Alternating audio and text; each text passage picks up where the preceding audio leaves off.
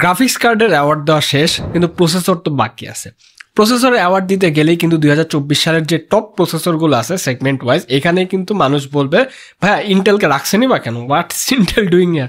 হ্যাঁ, এখানে কাজ আছে, ইন্টেলের ব্যাপার স্যাপার অনেক কিছু আছে, সেগুলো আমরা দেখবো। বাট আজকের ভিডিওটি কিন্তু ডিসেম্বরের যেহেতু একদম শেষ পর্যায়ে আমরা এসে গেছি, আমরা গ্রাফিক্স কার্ডের মতো সব প্রসেসরকে অ্যাওয়ার্ড দিব সেগমেন্ট ওয়াইজ এবং দেখবো কোন প্রসেসরটা ফাইনালি যে সিপিইউ অফ দ্য ইয়ার হয়।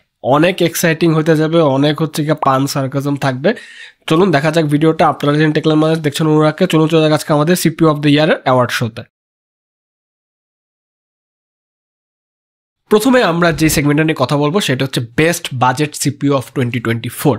ওয়েল 2024-এ কিন্তু বাজেট সিপিইউ অনেক চাহিদা ছিল এবং মানুষজন কিন্তু সব বাজেট সিপিইউ কিনছে। এখানে কিন্তু নানা রকম কন্টেন্ডার আছে।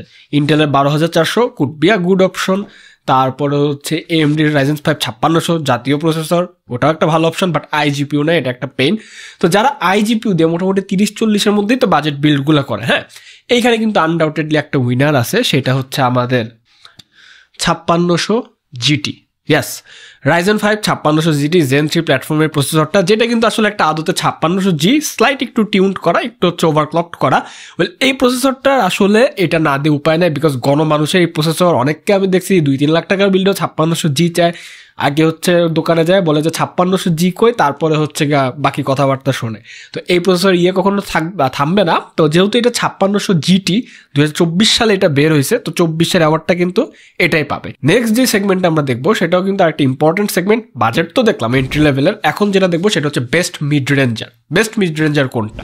Best mid ranger of the year. এইখানে কিন্তু আমরা একটা ব্যাপার বলে রাখি, আমরা এই ভিডিওতে যে ব্যাপারগুলো অ্যানোটেট করতেছি, বেস্ট শব্দটাকে যদি একদম লিটারেলি নিয়ে নিই তাহলে কিন্তু যেটা হয় সেক্ষেত্রে কিন্তু ফ্ল্যাগশিপ যে গ্রেডের সিপিইউগুলো সেটাকে দিতে হয়। বাট এখানে আমরা বাংলাদেশের কন্টেস্ট অ্যাড করছি। তারপরে আমরা কি অ্যাড করছি সেটা হচ্ছে বাংলাদেশের মানুষদের যে মিডিয়ান পারচেসিং পাওয়ার, অর্থাৎ মধ্য লেভেলের যে পারচেসিং পাওয়ার, যেটা সব থেকে পপুলার ছিল বা সব থেকে ভালো আউটপুট দিচ্ছে, জনপ্রিয় ছিল, সেই অনুযায়ী বিচার করে দিছি। তো এখানে বেস্ট মিড রেঞ্জ অ্যাওয়ার্ডে কয়েকটা অপশন আছে। আমরা Ryzen 7 5700 এক্সট্রা দেখতে পারি, এখন একটা সলিড অপশন আছে, বাট এটা Zen 3, এটা 2024-এর কনটেক্সটে সেভাবে পড়ে না, বিকজ এটা অনেক আগে রিলিজ হয়েছে। তারপরে আমরা 7600 দেখতে পারি, যেটা হচ্ছে নতুন DDR5 ইয়ার আর কি, Zen 4 প্ল্যাটফর্মের হচ্ছে আপনার প্রসেসর, সেটা দেখতে পারি। আমরা 13400F দেখতে পারি, তারপরে হচ্ছে 13500 দেখতে পারি। বাট এই সিপিইউগুলো আস্তে আস্তে হচ্ছে অবসোলেট হয়ে যাচ্ছে, বিকজ ইন্টেলের চাহিদা কিন্তু কম দিনে দিন কমতেছে। বাট মিড রেঞ্জ অ্যাওয়ার্ডে আমরা যদি এখানে দেখি, দেখে বলছেন নাকি আপনারা? এখানে যদি আমরা একটা প্রসেসরকে দিতেই হয়, সেইটা হচ্ছে কোথায় গেল, সেটা এই আমাদের দেশীয় কারুশিল্পে করা Ryzen 7 7700 8 কোর 16 থ্রেডের প্রসেসরটা অ্যাবসোলুটলি বুফনলি পাওয়ারফুল। মানে এটার যে পাওয়ার, ঠিক আছে, মিড রেঞ্জে আপনার 23-24 হাজার টাকার মতো প্রাইস পড়বে।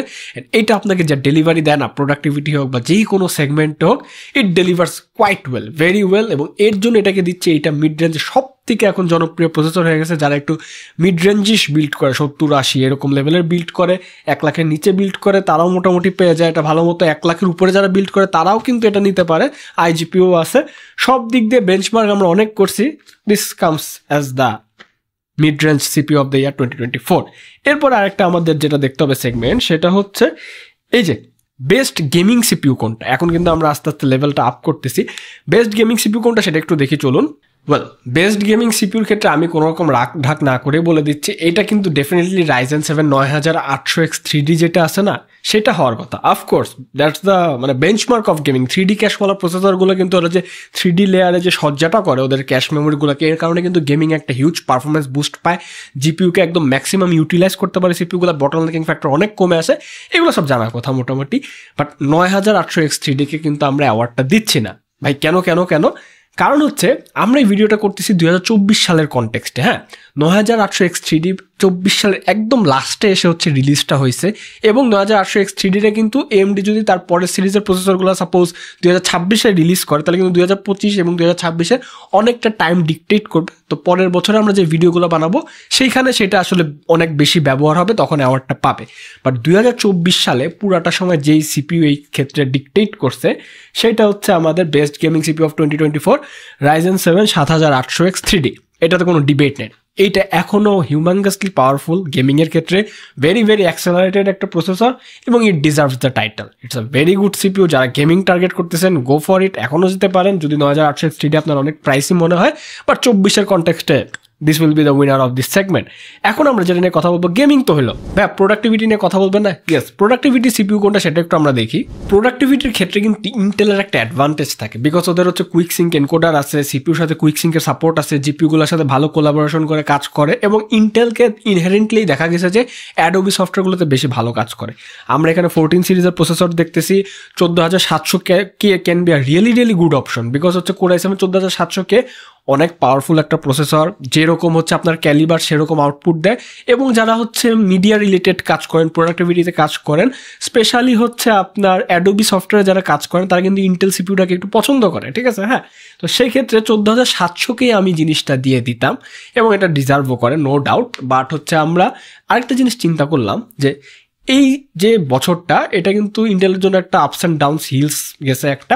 তো সেই ক্ষেত্রে কারণ কি, নানা রকমের হচ্ছে আপনার ইনস্ট্যাবিলিটি ইস্যু দেখা গেছিল, তারপরে মাইক্রো কোড দিয়ে ওটা বায়োস লেভেল থেকে ঠিক করতে হয়েছে, নানা রকমের প্যাচ ছাড়তে হয়েছে, পাওয়ার ইনটেকটা ইনসেন লেভেলে গেছিলো। যারা দেখা গেছে ইন্টেলের প্রসেসর যারা মোটামুটি ফ্ল্যাগশিপ গ্রেড বা সেমি ফ্ল্যাগশিপ গ্রেডে বা ফ্ল্যাগশিপ কিলার গ্রেডে গেছে না, তারা না ওইভাবে হ্যাপি থাকতে পারে না পুরো বছরটা। এবং কন্টেম্পোরারি দেখা গেছে এএমডির যে প্রসেসরগুলো আছে ওগুলো কম পাওয়ার ইনটেক করে বেটার পারফরমেন্স দিচ্ছে। তো সেই ক্ষেত্রে প্রোডাক্টিভিটি একটা এমন সেগমেন্ট যেখানে সিপিইউর একটা ভালোই পার্ট থাকে, কোর, সিঙ্গেল কোর, মাল্টিকোর সব করে কিন্তু ভালো পারফরমেন্স দিতে হয় মোটামুটি, স্পেশালি মাল্টিকোর ওয়ার্কলোডে ইটস আ মাস্ট। এইসব ব্যাপারকে আমি চিন্তা করে আমরা যেই সিপিইউটা দিছি সেটা 14700K কাউন্টার পার্ট বা তার থেকেও বেটার পারফরমেন্স করে, that will be hour Ryzen 9 7900X। Yes, অনেক প্রোডাক্টিভিটি ওয়ার্কার কিন্তু এই প্রসেসরটা নিছে এবং নিয়ে বেশ ভালো খুশি আছে। 12 কোরের processor, absolute beast, no doubt. Power ইনটেকও কম, ইনস্টেবিলিটি ইস্যুর কোনো ব্যাপার নেই, প্লাগ অ্যান্ড প্লে লাগাই দিবেন, চলতেই থাকবে, একদম ওপেন অ্যান্ড শার্ট কেস। তো 7900X will be hour pick. এখন আমরা একটা সেগমেন্ট নিয়ে কথাবার্তা বলবো, সেটা হচ্ছে বেস্ট ফ্ল্যাগশিপ কোনটা, সেটা নিয়েও তো কথাবার্তা বলা জরুরি। বেস্ট ফ্ল্যাগশিপ ক্যাটাগরিতে আমি অনেকদিন ধরে দেখতেছি যে এখানে একটা স্ট্রং কন্টেন্ডার বলতে জিতেই যাবে ভাব, আমি এখানে একটু হাইড করে রাখলাম, জিতেই যাবে ভাব, সেটা হচ্ছে ইন্টেলের আমাদের কোর i9 14900K।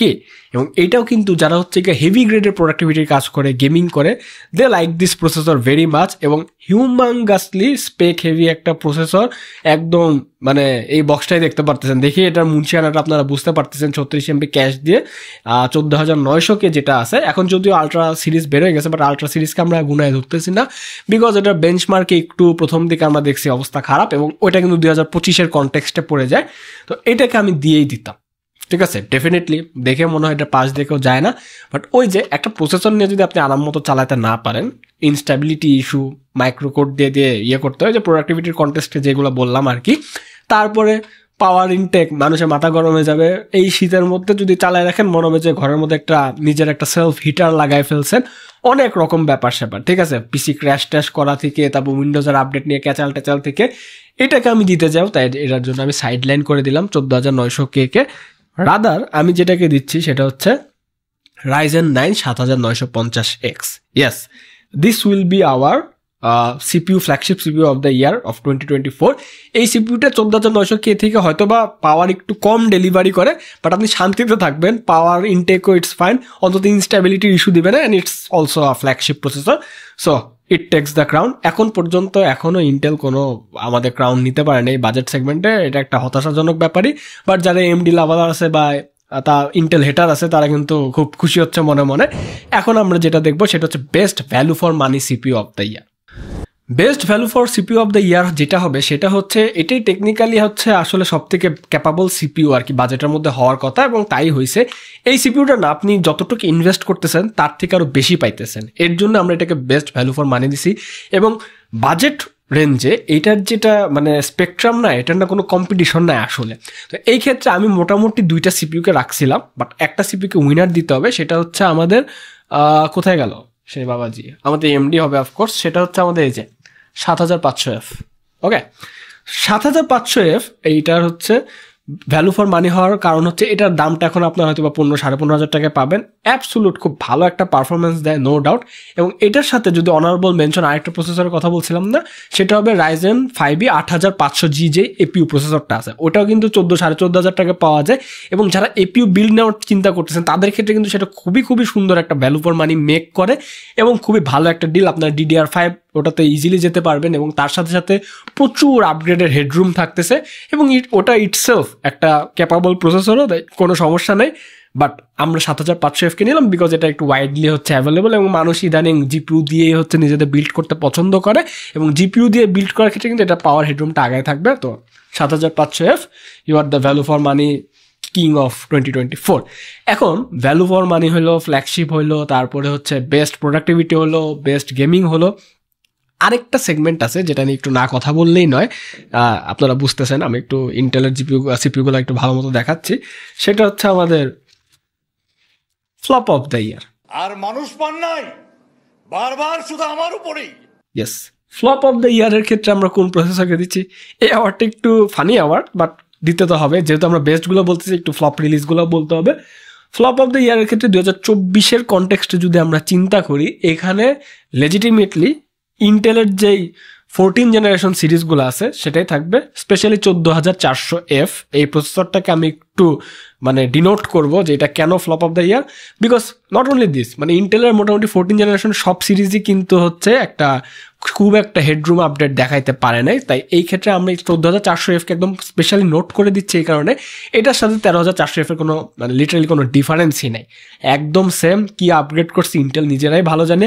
এবং ইন্টেলের কয়েকদিন আগে সিইও হচ্ছে পদত্যাগ করলো, তারপর হচ্ছে ইন্টেল ইজ বিং ভেরি অ্যাডামান্ট যে হচ্ছে ওদের কাছে নাকি AMD যে 3D ক্যাশ আছে তার নাকি একটা সলিউশন আছে, বাট সেটা নাকি তারা 3D ক্যাশ আপগ্রেড করবে না।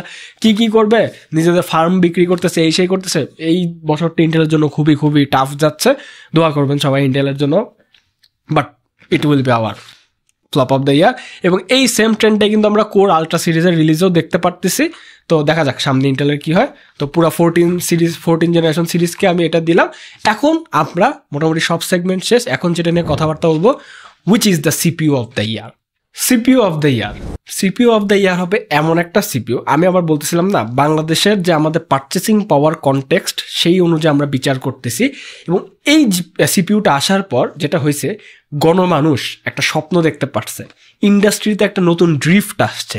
এই সিপিইউটা আসার পর হয়েছে কি, DDR5-এর যে ইন্ডাস্ট্রিটা আছে, DDR5 র্যাম দিয়ে যে আমরা বিল্ডগুলো করবো এটাকে খুবই খুবই হচ্ছে অ্যাক্সেলারেট করে দিছে। এবং DDR5 র্যামগুলোর মধ্যে কম্পিটিশন বাড়ছে, ওই র্যামগুলোর প্রাইস কমে আসছে।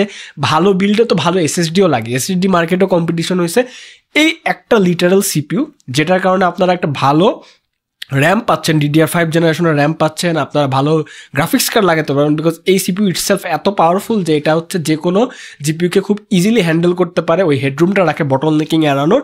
এবং সর্বতোসম্মতভাবে এই সিপিইউটা আসার কারণে গণমানুষ, মিড রেঞ্জ বা এন্ট্রি লেভেলেরও মোটামুটি যারা আছে, বা হায়ার মিড রেঞ্জেরও যারা আছে, বা মোটামুটি ফ্ল্যাগশিপ বিল্ডেরও যারা আছে, তারা একটা চান্স পাইছে যে না, আমি একটা পিসি এমন বানাবো যেটা সিপিইউ খুবই স্ট্রং হবে, পাওয়ারফুল হবে, যে কোনো কাজে আমাকে ভালো মতো ব্যাকআপ দিয়ে দিবে, প্রোডাক্টিভিটি হোক, গেমিং হোক, যাই হোক না কেন। এবং আমি সর্বতোসম্মতভাবে একটা কনফিডেন্টলি পিসি বিল্ড করতে পারবো, যে পিসিটা আমি বিল্ড করবো এটা আমি কনফিডেন্ট থাকবো এবং বাজেটে আমাকে পকেটে খুব একটা চাপ দিবে না। এবং সেই ক্ষেত্রে এই সিপিইউটা আপনারা বুঝতেই পারছেন আমরা প্রচুর বিল্ড করছি, and that will be hour CPU of the year. It's nothing but Ryzen 5 7500F। Yes, 7500F এই সিপিইউটা আসার পরে যে বললাম না, এই সিপিইউটার দাম যত দিনে দিনে কমছে তত কিন্তু হচ্ছে মানুষজন আরো আশা পাইছে, আশার আলো দেখছে যে না, একটা ভালো পিসি বিল্ড করবো, ঠিক আছে, তারপর DDR5 র্যাম দিয়ে বিল্ড করবো। ইয়েস, এটার ব্যাপার আছে, এটার ব্যাপারটা হচ্ছে আপনার নাই, কি জানি বলে IGPU নাই, তাই শুধু আপনি বিল্ড করতে পারবেন না। তো কি হয়েছে, 7600 আছে, সেটা দিয়ে বিল্ড করেন, সেটা 7500F সেম কথা। ইভেন 7500F এতই পাওয়ারফুল, 7600, 7600X, 7700 এই লেভেলেরও মোটামুটি পারফরমেন্স দেখা দেয়, বাট 6 কোর 12 থ্রেড আর কি। যাই হোক, যেটা আমি বলতে চাচ্ছি সেটা তো বুঝতে পারছেন যে এই সিপিইউটা ওয়ান অফ দ্য বেস্ট হয়েই এই বছর থাকবে। এবং আমি বিলিভ করি আগামী বছরের 6 মাসও এই সিপিইউটা সগৌরবে একদম দাপায় বেড়াবে এবং ওয়ান অফ দ্য মোস্ট হচ্ছে অ্যান্টিসিপেটেড সিপিইউ হিসেবেই হিস্টোরিতে নাম লেখাবে। So 7500F, you are the CPU of the year champion 2024। তো এই ভিডিওটা কেমন লাগলো নিচে কমেন্ট করে জানাতে পারেন, লাইক দেবেন, অফকোর্স সাবস্ক্রাইব তো করতে হবে, ইটস আ মাস্ট। বেশ কষ্ট হয়েছে ভিডিওগুলো করতে ভাই, এগুলো সব জিনিসপাতি টেনে টুনে করতে। আরেকটা জিনিস করবেন, আমাদের যে গ্রুপের লিঙ্ক আছে না টেকনিক বাংলাদেশ, সেটা নিচে দিয়ে দিলাম, সেটা জয়েন হয়ে যাবেন। সেটাতে কিন্তু আমরা যে ধরনের ইনথুসিয়াস্টিক ভিডিও নিয়ে, তারপর কার কি সাজেশন লাগবে, কি ব্যাপার স্যাপার সবগুলো নিয়ে অনেক প্যাচাল পারে, অনেক জিনিসপাতি করি। তো দেখা মনে কোনো ভিডিওতে, গুড বাই অ্যান্ড ডেফিনেটলি আইল catch on the next one.